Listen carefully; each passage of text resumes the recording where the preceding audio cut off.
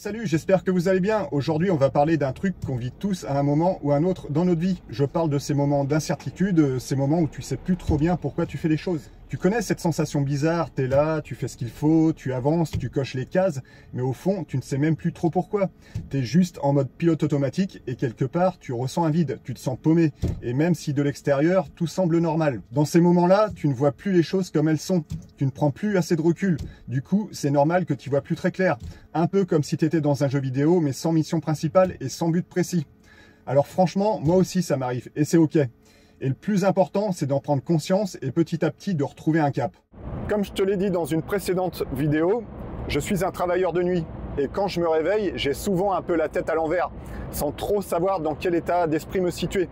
Et quand arrive le week-end, j'enfile mes baskets, puis je vais courir en forêt pour me vider la tête. Alors même si les perfs ne sont pas au rendez-vous et que j'ai l'impression d'avancer à la vitesse d'un tracteur, ce que je veux te dire par là, c'est que même si j'ai pas la forme et que je suis pas au top, je me force à rester en mouvement et à me fixer des objectifs. Et ça, c'est déjà le plus important. Également, ce que je fais aussi quand ça rumine trop dans ma tête dans tous les sens, je fais un truc simple. Je fais du rangement. Je ne parle pas du nettoyage de printemps, C'est juste histoire de faire son lit, ranger 2-3 trucs qui traînent dans l'appart et nettoyer ma tasse de café de la veille. Et bizarrement, ça m'apaise. C'est comme si j'envoyais un message précis à mon cerveau en lui disant clairement « Ok, je reprends le contrôle ».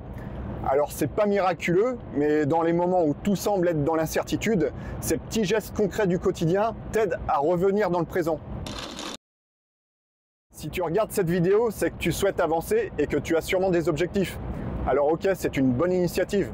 Mais par contre, il faut peut-être commencer à songer à faire du tri mentalement de ce que tu veux et de ce que tu ne veux plus.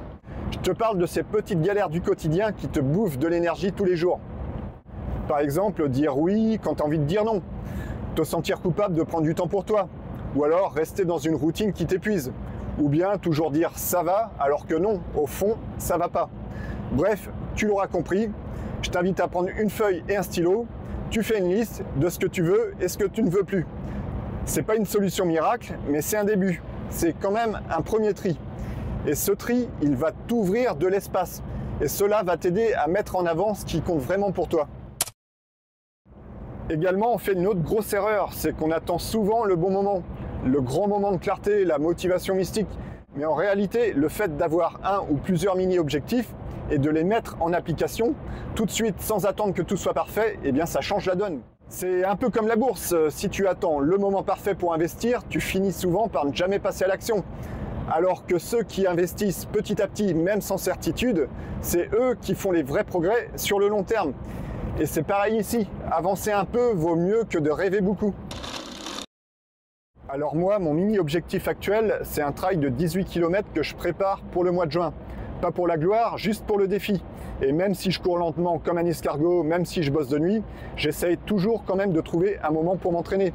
Je complète également mon entraînement en allant aussi à la salle de sport 2 fois par semaine. Même avec une tendinite à l'épaule mal soignée que je traîne depuis des années, j'essaie quand même de m'adapter. Et toi, quel est ton mini-objectif? Ça peut être quelque chose de tout simple à mettre en pratique. Ça peut être, par exemple, lire 5 pages par jour. Reprendre une passion mise de côté faute de temps, ou alors apprendre un truc de nouveau. Ou bien, comme moi, préparer une course. Pas besoin que ça soit impressionnant, juste régulier. Bref, pas besoin de te faire un dessin, tu vois très bien où je veux en venir. L'idée, c'est simplement de te fixer un petit objectif, quelque chose de concret et atteignable, histoire de te mettre en mouvement sans te mettre de la pression. Et pour terminer avec cette vidéo, je vais te dire un truc. Pas besoin de te flageller parce que tu n'as pas tout prévu, tout compris ou tout optimisé. Ça ne sert à rien à part te vider un peu plus de ta précieuse énergie. Le plus important à mes yeux, c'est juste de continuer à chercher un peu de lumière, d'être curieux, de tester des trucs et de ne pas rester figé comme une statue. Un pas, même petit, ça reste un pas. Et un élan, même discret, te rapproche de quelque chose. Tant que tu bouges, tu construis.